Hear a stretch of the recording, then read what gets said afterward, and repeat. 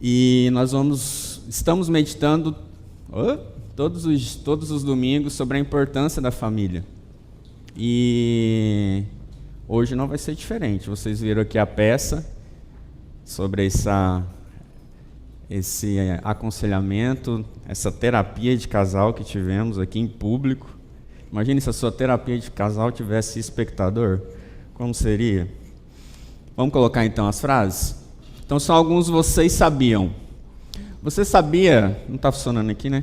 Você sabia que pessoas que vivem em casamentos equilibrados e felizes estão menos propensas a contraírem doenças infecciosas? Isso se deve ao fato que em casamentos desgastantes o sistema imunológico se enfraquece.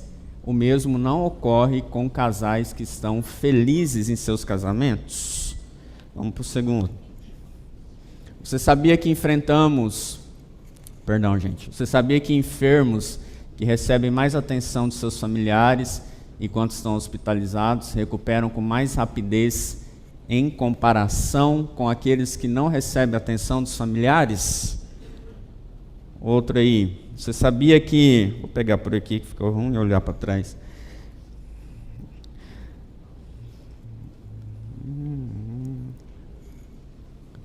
Isso. Você sabia que crianças e adolescentes que almoçam ou jantam com seus pais têm menos possibilidade de se envolverem com drogas e gangues? Você sabia que pessoas com depressão que respondem melhor ao tratamento do que pessoas solteiras? Você sabia que pessoas casadas têm vida sexual melhor e mais saudável do que as pessoas que mantêm relações sexuais com vários parceiros? Você sabia que crianças que almoçam ou jantam com seus pais ao redor da mesa, sem interrupções ou aparelhos de televisão ligados, são mais nutridas e tendem a comer verduras e legumes? Você sabia que o divórcio está na escala de 0 a 110, em segundo lugar, com 73 pontos? Muitas vezes, um divórcio pode desestabilizar mais emocionalmente uma pessoa do que a própria morte do cônjuge. Você sabia que crianças que nascem e são criadas em um lar onde o casamento dos pais é ajustado têm mais possibilidades de serem bem-sucedidas na escola e na futura vida profissional? Você sabia que transferir objetos como um relógio de parede que pertencem aos seus antepassados para gerações futuras proporciona uma forte conexão familiar e é altamente benéfico para o fortalecimento da família? Você sabia que visitar a sogra num domingo ensolarado e jogar dominó com os cunhados faz bem? Acredite, faz bem principalmente à saúde das crianças e ao relacionamento entre pais e filhos. Você sabia que crianças que participam de programas em família dormem mais cedo e acordam menos à noite? A razão dos benefícios é simples. Elas sentem que estão tendo mais atenção dos pais e do restante da família. Você sabia que pessoas que estão bem em família e no casamento têm menos possibilidade de se acidentarem no trabalho ou se envolverem em acidentes de trânsito? Você sabia que meninas que têm um relacionamento saudável e amigo com os pais, gênero masculino principalmente, têm menos possibilidade de se engravidarem na adolescência?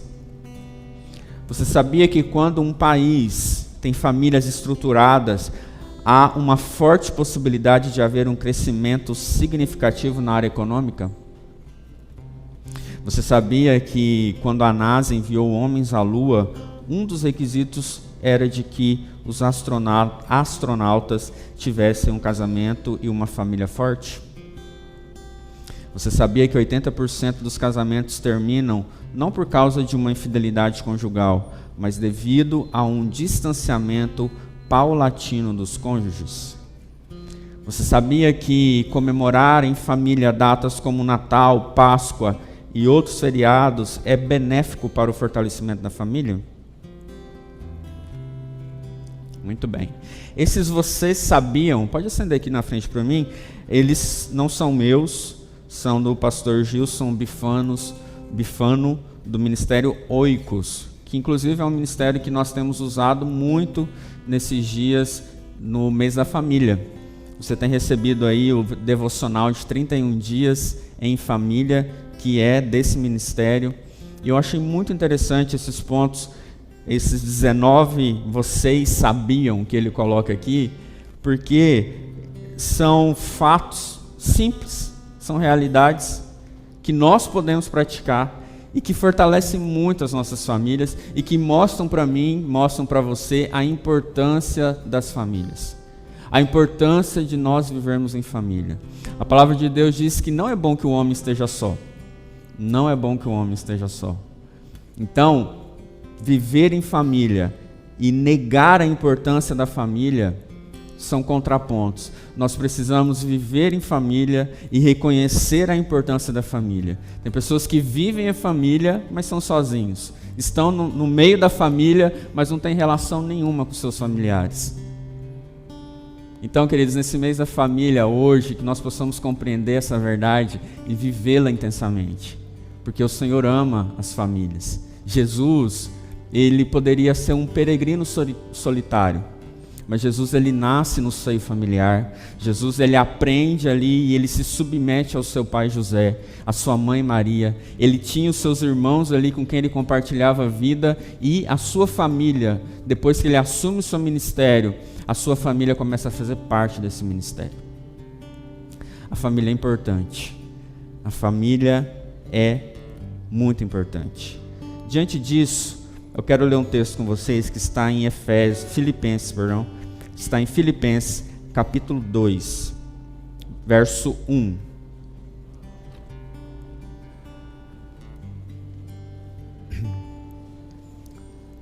Se você quiser abrir aí a sua Bíblia, senão a gente acompanha aqui na tela. Diz o seguinte: se há algum conforto em Cristo, se há alguma consolação de amor, se há alguma comunhão no Espírito, se há alguma profunda afeição e compaixão, completai a minha alegria, para que tenhais o mesmo modo de pensar, o mesmo amor, o mesmo ânimo, pensando a mesma coisa. Nada façam por contenda ou vanglória, mas por humildade, cada um considerando os outros superiores a si mesmo. Não atente cada um somente para o que é seu, mas cada qual também o que é dos outros. De sorte que haja entre vós o mesmo sentimento que houve em Cristo Jesus, que sendo em forma de Deus, não considerou o ser igual a Deus, que era algo a qual deveria se apegar, mas a si mesmo se esvaziou, tomando a forma de servo, fazendo-se semelhante aos homens. Até aí, por enquanto. Nós poderíamos hoje falar de muitos problemas dentro da família, muitos. Inclusive nós vimos alguns aqui, né, representados, você pode assistir. Quando a gente coloca uma peça como essa, é um espelho que muitas vezes a gente coloca na frente da nossa relação, né? Quantos não se viram aqui? Talvez uma palavra, algumas frases você talvez já disse lá na sua casa para o seu cônjuge, em momentos de discussão e de briga. E talvez, como eles também colocaram, nós estamos com máscaras, não só para nos proteger do Covid, mas também para nos resguardar de nos expor. Diante disso, queridos, eu quero falar de um problema na nossa família, hoje. E eu creio que esse é um problema que, se nós conseguirmos superá-lo, o restante das coisas podem caminhar muito bem. De verdade. Se você conseguir praticar isso na sua vida e eliminar esse problema da sua vida, talvez muitos outros que parecem enormes vão começar a se ruir. E esse problema são 3 palavrinhas, são 3 letras, na verdade, chama ego. O problema do ego nas nossas famílias. E eu vou falar para vocês, a maior causa de divisão, de separação, é o ego. E eu não falo só nas relações entre marido e esposa, mas também de filhos, de amigos. Talvez o ego fala tão alto que aí eu não consigo mais me relacionar. Eu prefiro me afastar para proteger o meu eu. Ou seja, o meu eu está sempre em primeiro lugar. O meu eu precisa sempre ser satisfeito. O meu eu. Porque uma pessoa egocentrista, queridos, ela tem ela como centro. O centro do mundo, da vida é ela. A pessoa egocentrista, ela pensa só nela. Ela pensa só nas suas necessidades. Tudo está em primeiro lugar na sua vida? Não. Somente uma coisa. O eu. A pessoa egocentrista, ela vê o mundo apenas pela sua própria ótica. A pessoa egocentrista, ela não consegue se colocar no lugar do outro, ela tem pouca ou quase nada de empatia. A pessoa egocentrista, ela tem uma aparente confiança, ela parece ser autoconfiante, mas essa autoconfiança se revela em arrogância e prepotência, onde ela se coloca firme diante de algumas situações, colocando uma barreira na sua vida para que as pessoas não possam tocá-la, mas no fundo ela é frágil. No fundo ela se protege através da sua arrogância e da sua prepotência. A pessoa egocentrista, ela tem um senso de onipotência, ela acha que o poder está sobre as suas mãos, de que ela está no controle de todas as coisas. A pessoa egocentrista, ela tem uma ambição excessiva, ela quer que as coisas aconteçam a todo custo, ela quer todas as coisas para si a todo custo. Você conhece alguém assim? Você é assim?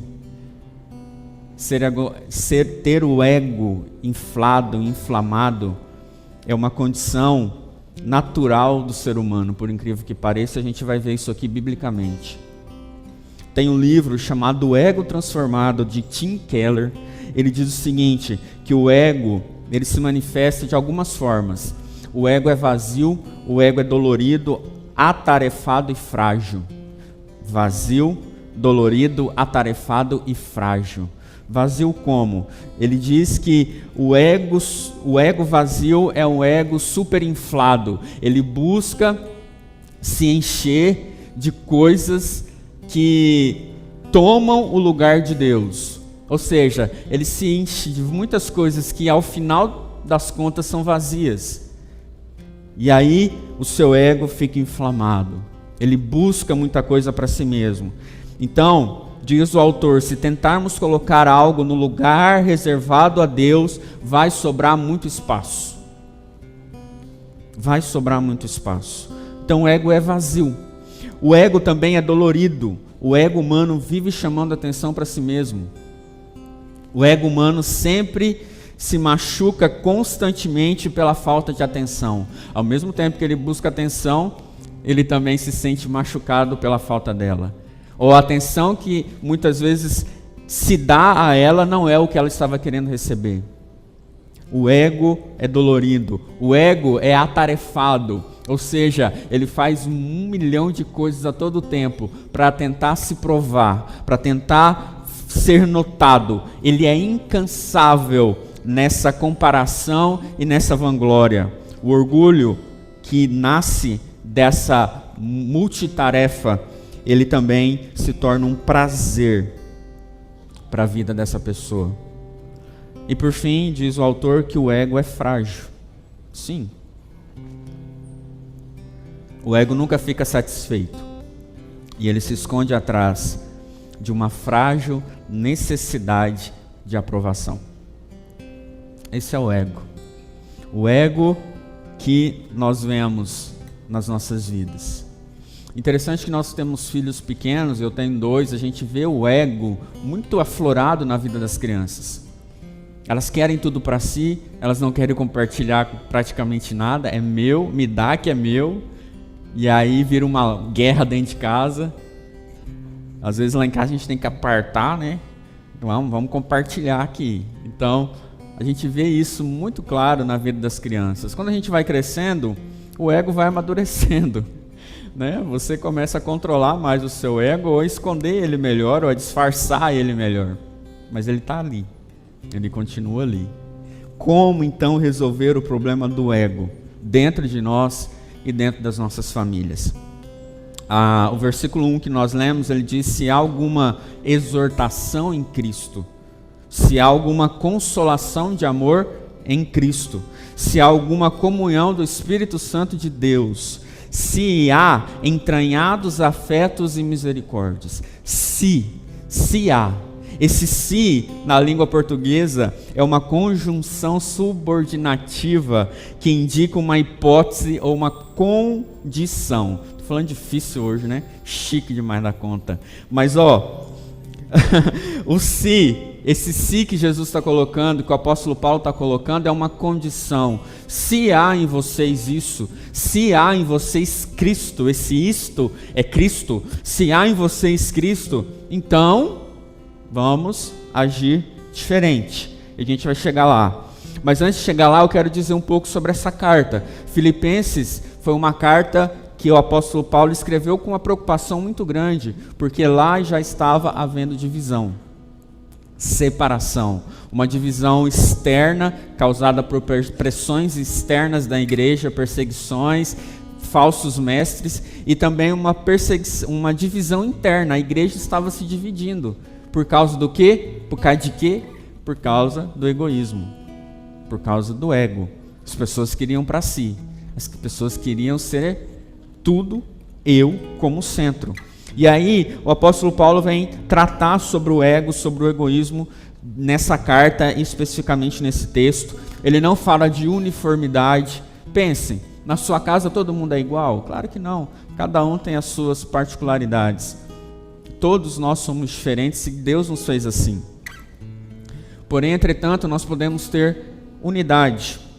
E a unidade, ela vem do interior alegre, de alguém que está alegre em ser um. Isso é importante a gente entender, porque para resolver o problema do ego, nós precisamos aceitar a nossa condição em Cristo. E a primeira condição que eu quero colocar para vocês aqui se chama justamente unidade. Unidade.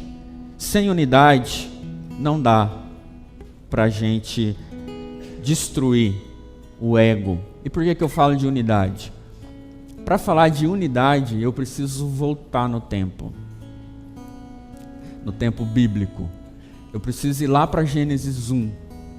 Lá em Gênesis 1, no verso 26, Deus disse: façamos o homem à nossa imagem, conforme a nossa semelhança. Olha o que diz Gênesis 1, 26, diz: Deus, também disse Deus, façamos o homem conforme a nossa. Com quem que Deus está conversando?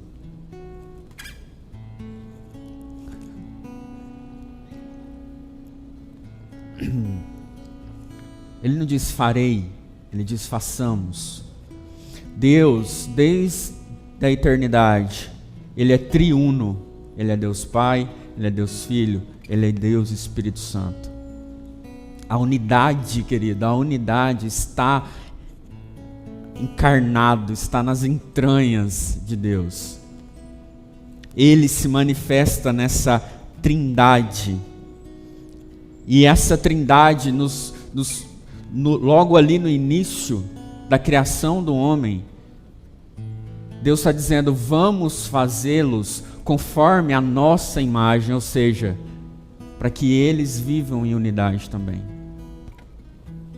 A unidade, essa trindade, essa triunidade, alguns cristãos ortodoxos costumam dizer que é como se fosse uma cantiga de criança, uma dança de roda de criança que existia lá no Oriente. Essa dança se chama pericorese. É como se fosse uma brincadeira de roda totalmente uniforme, unida e constante.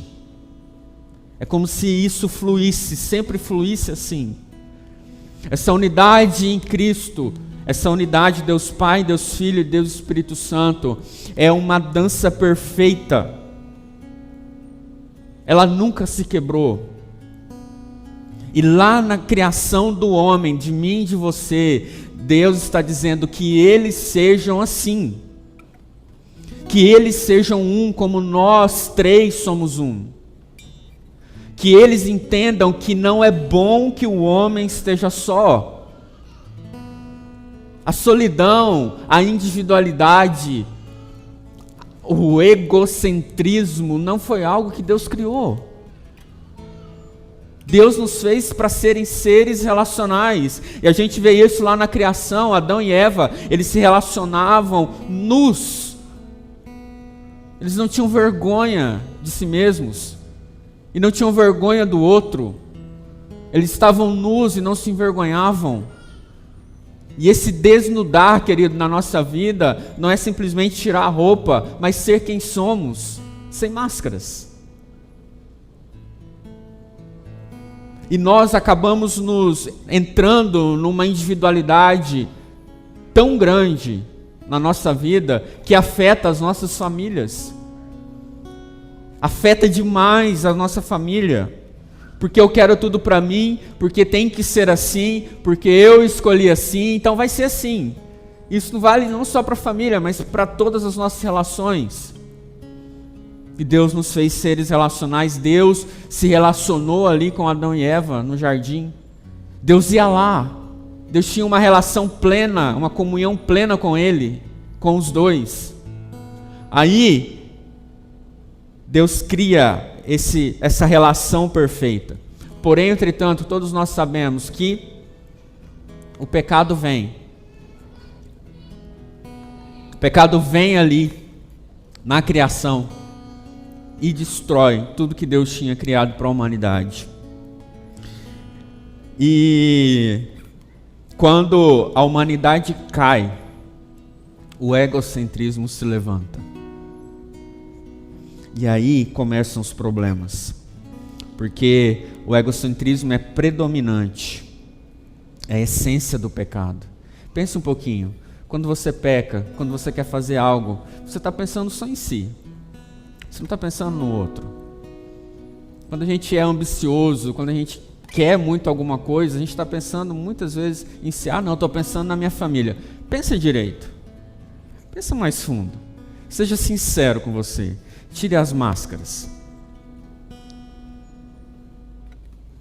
Eu queria que nós pensássemos hoje. O pecado exige a autonomia do ego. O ego precisa estar livre. O pecado, a satisfação do ego, em vez do amor ao próximo e a Deus. A glória do ego, em vez de exaltação a Deus. A glória do eu, em vez de altruísmo. Foi assim que aconteceu.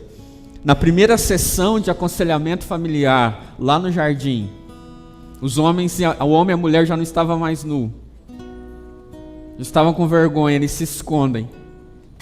E a gente vê que o problema do ego acontece naquele momento. Porque Adão, quando questionado, a sua desculpa é egocêntrica. Ele não aponta para si mesmo, o dedo dele vira. Foi por causa dela. E aí ele culpa Deus, a mulher que tu me deste. Ou seja, a culpa é do Senhor. Né? E a culpa é dela também, porque ela quis pegar o fruto e me deu. E eu comi. Aí Deus se olha para Eva e ela também dá uma desculpa egocêntrica. Foi a serpente. Queridos, hoje de manhã eu pedi emprestado uma frase do Davi Caetano, que é uma frase muito profunda. Ele diz o seguinte: eu quero, antes de dizer a frase, dizer que o problema estava gerado nas gerações. E aí o Davi Caetano diz o seguinte: o boi escapou com a corda, a partir daí. A partir da queda, o boi escapou com a corda. O egocentrismo virou algo forte dentro de nós. Ser eu, a minha vontade, os meus desejos, acabou. Já foi. A partir da queda, já foi. Isso é muito sério. Se nós entendermos isso, de que no casamento, nas relações familiares, nas relações com os amigos, eu quero tudo para satisfação do eu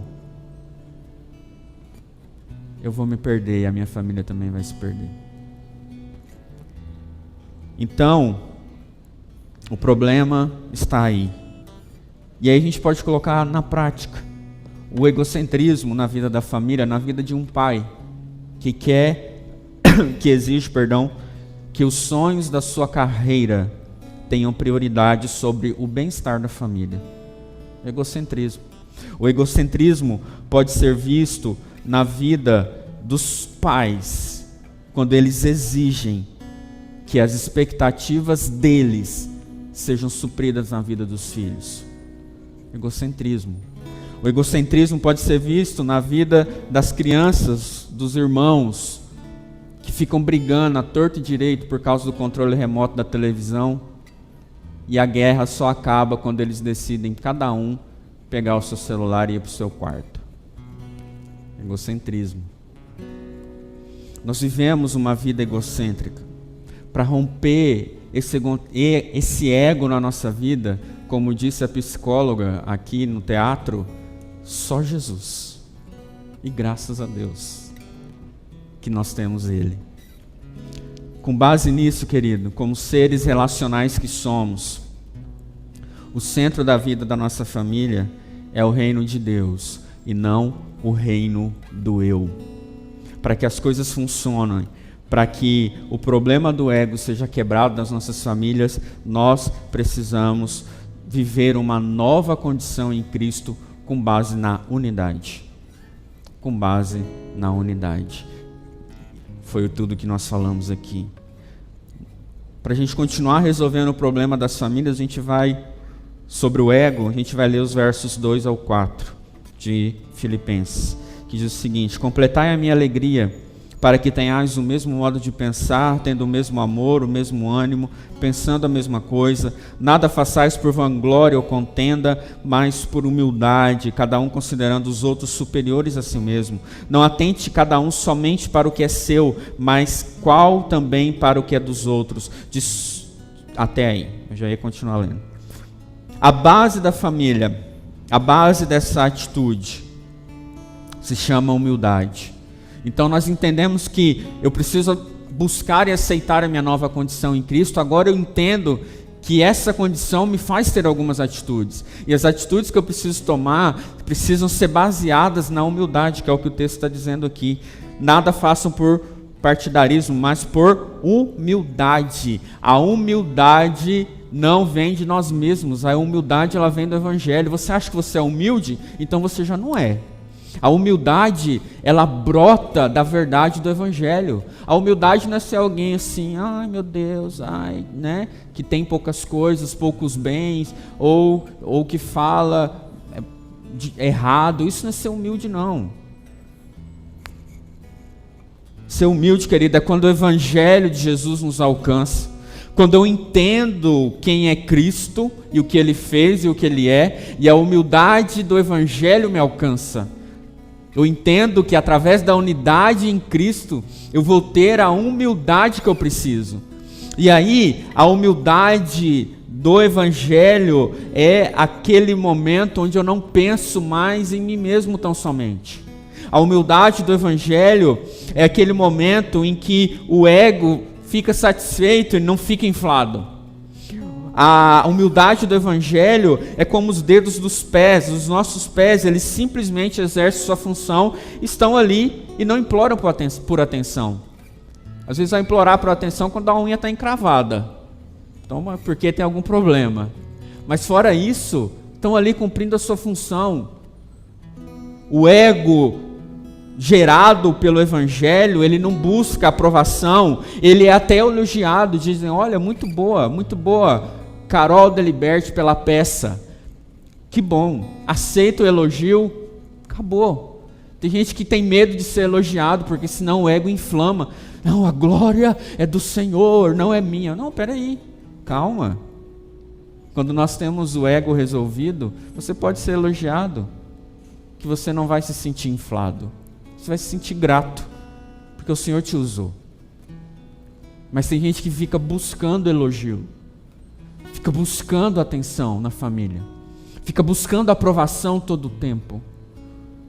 Isso é doentio, isso te fere, isso te machuca.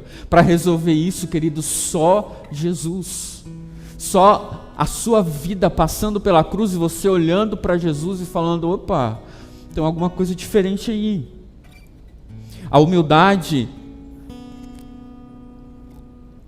do Evangelho faz com que eu me alegre com as minhas conquistas e as conquistas das pessoas. A humildade do Evangelho faz com que eu me compadeça uns dos outros. Faz com que eu olhe diferente um para o outro. Essa é a humildade que Jesus nos ensina. Essa é a humildade que Jesus quer ensinar para nós. E aí, nós vemos aqui os passos que ele coloca para nós, para ser gerado essas atitudes através da humildade. Eu vou ler agora o mesmo texto que eu li, mas em outra versão, para ficar mais prático para você. Ele diz assim: amando-se uns aos outros e concordando uns com os outros de todo o coração. Quando nós temos humildade, nós amamos de verdade. Quando nós temos humildade, nós concordamos com o outro e até discordamos também com o outro. Mas a casa não cai por causa de uma discordância. Tem gente que discorda, parece que a Terceira Guerra Mundial foi declarada. Acabou. A mãe esbraveja com o filho esbraveja com o pai esbraveja com a mãe. Os vizinhos ficam: meu Deus, o que está acontecendo? Discordar, querido, faz parte, e a gente precisa ter humildade para ser criticado e falar: ei, meu amor, minha vida, você está errado. E o outro falar: puxa vida, estou mesmo. Estou. Deixa eu pensar um pouquinho. Um segundo que você pensa e fala: é verdade, estou errado. Então me perdoa. Essa é a humildade. É difícil? Sem Jesus é. Sem a humildade, o exemplo de Jesus é difícil, porque o ego está totalmente inflamado. E aí você quer se justificar. Estou errado nada. Estourou a Terceira Guerra Mundial. Não só na família, mas nas relações. Nós precisamos ter humildade para saber o quando nós estamos errados e ter uma conversa madura, cristã, saudável. Foi tão bonito ver os meninos falando aqui, né? Como eles foram maduros em dizer um para o outro: você é uma égua de Faraó. Ah, que lindo isso. Muitas vezes é isso. A gente grita: seu abençoado, mas no fundo você está falando: seu ado, né? Coração inflamado, o ego super inflado. Nós precisamos ter humildade, queridos. E a gente só vai conseguir em Cristo, olhando para Ele e vendo que Ele, que é todo poderoso, que poderia ter vindo montado num cavalo branco, como o rei que Ele era, Ele escolhe um jumentinho. Ele que poderia ser servido nas melhores mesas e ter os seus pés lavados com os óleos mais caros, Ele amarra uma toalha na cintura, se assenta e lava os pés sujos, imundos dos seus discípulos. Jesus, que poderia muito bem falar: eu sou Deus, não vou subir nessa cruz não. Ele fala: Senhor, que seja feita a tua vontade. Não a nós, queridos, não a nós. Nenhuma glória para nós. Nós não temos nada, nós não somos nada. E tem pessoas aí do seu lado a vida toda implorando pela sua atenção, querendo o seu abraço, o seu olhar de compaixão. Um amigo, um filho, um familiar. E você está aqui. Ou está aqui. Seu refúgio, a sua fortaleza. Quando resolvemos o problema no ego, nas nossas famílias, a gente só vai resolver agindo com humildade. Porque, continua dizendo o texto, que nós precisamos trabalhar juntos, com um só coração, uma só mente, um só propósito. Não sejam egoístas, não vivam por causa da boa impressão dos outros. Como os meninos estavam aqui. Nossa, na igreja era maravilhoso, mas chegava em casa. Tem uma historinha antiga que diz que a mulher chegou no pastor e falou: pastor, meu marido tem que morar na igreja, porque aqui ele é uma bênção, lá em casa ele é o capeta. Não é? Então assim, não vamos viver para causar boa impressão nos outros. Vamos viver com humildade, com amor, pensando nos outros, diz a palavra de Deus, pensando nos outros como sendo melhores do que você mesmo. Difícil, né? A gente quer ser sempre o melhor em tudo, mas pense no outro como se ele fosse melhor que você. Diz também, eu estou lendo a Bíblia Viva, tá? Para a gente terminar agora esse ponto. Não pensem unicamente em seus próprios interesses, mas preocupe-se também com os outros e com o que eles estão fazendo. Ou seja, altruísmo. A humildade gera altruísmo, gera compaixão. Então, como resolver os problemas do ego na nossa família? Para encerrar, vou trazer uma última questão. A primeira que eu disse é: busque sua nova condição em Cristo com base na unidade. Segundo, tenha atitudes que expressam essa sua nova condição em Cristo através da humildade. E por fim, seja como Cristo, através da submissão. Unidade, humildade, submissão. E a gente vai ver no texto aqui: tende em vós o mesmo sentimento que houve também em Cristo Jesus. Está lá em Filipenses. Pois ele, subsistindo em forma de Deus, não julgou como usurpação ser igual a Deus. Antes, o que ele fez? Se esvaziou. Assumindo o quê? Forma de servo. Semelhança de homens. Ele não precisava ser semelhante a nós, ele era Deus. E reconhecido em figura humana, a si mesmo se humilhou, tornando-se obediente até a morte e morte de cruz. Sabe qual foi o momento mais difícil para Jesus? A gente pode pensar que foi a cruz. Foi uma expressão ali na cruz de total separação de Deus. Como eu disse lá no início, eles eram uma perfeita unidade. Naquele momento, aquela unidade estava sendo quebrada. Lá no Getsêmani, Jesus soa gotas de sangue e chora.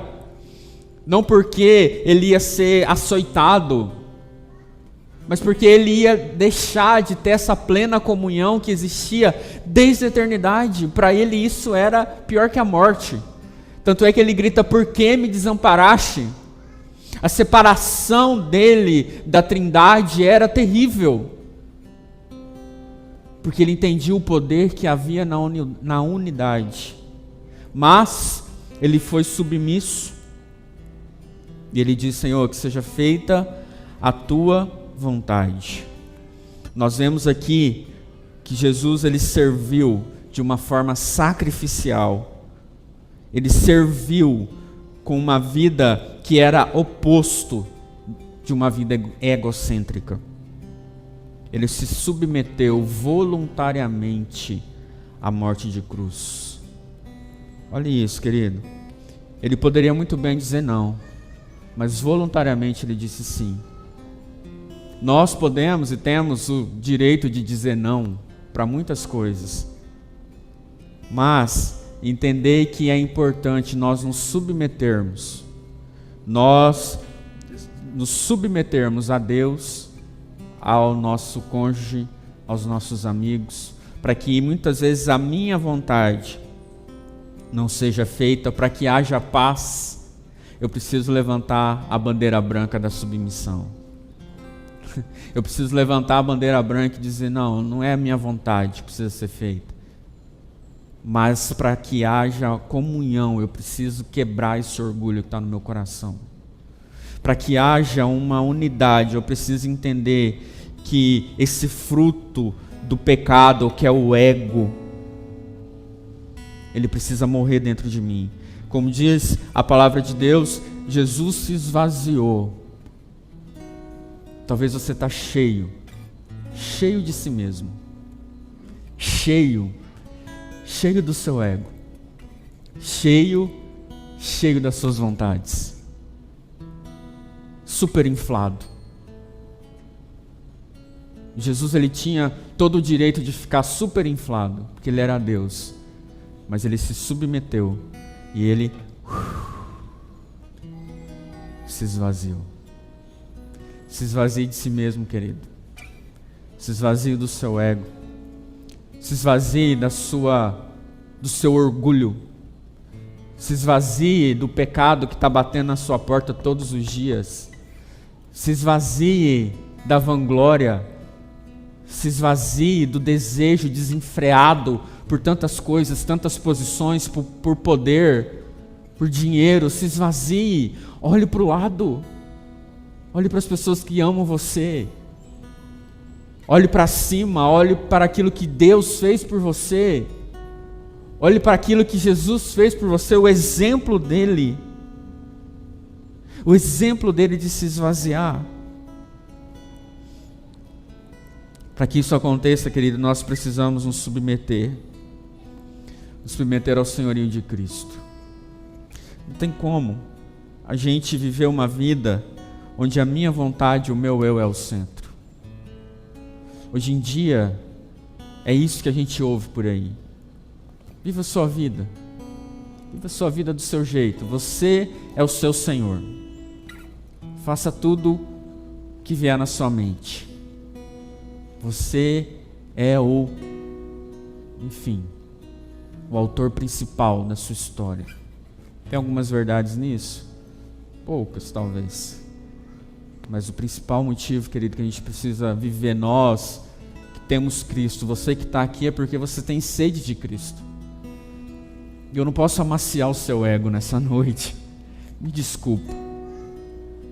Mas eu preciso te falar essa verdade. Se esvazie de si mesmo. Se esvazie do seu orgulho. Se humilhe se preciso for. Peça perdão se necessário for. Olhe nos olhos de novo. Diga eu te amo de novo. Abrace de novo. Se ajoelhe de novo. Se compadeça de novo. Ame de novo. Se submeta de novo ao Senhor. Um dia você disse sim ao Senhor e você se submeteu totalmente a sua vida a Ele. Você disse, você sabe do que eu estou falando. Você falou, Senhor é o meu Deus, não mais eu quem vivo, mas Cristo vive em mim. Não mais eu, mas Cristo. Mas agora é o eu que vive em você tão forte,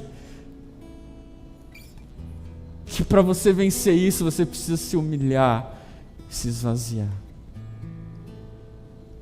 E olhar para o seu lado e falar, peraí, tem pessoas aqui que me amam, e eu preciso que a minha família não seja egocêntrica, mas cristocêntrica, onde Cristo é o centro da sua vida, da sua casa, da sua família, dos seus amigos, das suas amizades, da igreja. Cristo é o centro. Cristo é o centro da sua vida.